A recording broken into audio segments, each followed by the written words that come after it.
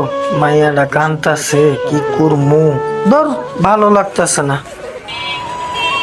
কোথায় যাইস তুই? কিরে পাপ্পু, দড়ি হাতে নিয়ে ঘুরতেছিস, কাহিনী কি? কই গেছিলি?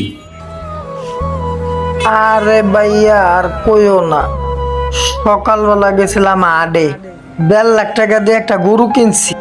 গরুটা গ্যারেজে বাইন্দা উপরে যায় খালি গোসলটা কোস, 9 মাস দেখি গরুটা স্টক করে মরে গেছে।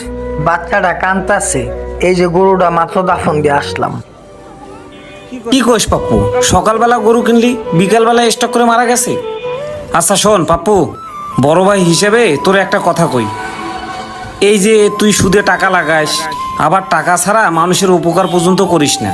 উপরে তো একজন আছে, আল্লাহ কিন্তু ছাড় দেয়, কাউকে ছেড়ে দেয় না। কথাটা খারাপ লাগলো, এটা কিন্তু সত্য ভাই। এই যে তুই কুরবানির জন্য গরু কিনছিস, আমার মনে হয় তোর নিয়ত ঠিক ছিল না, আর টাকাটাও মনে হয় হালাল না।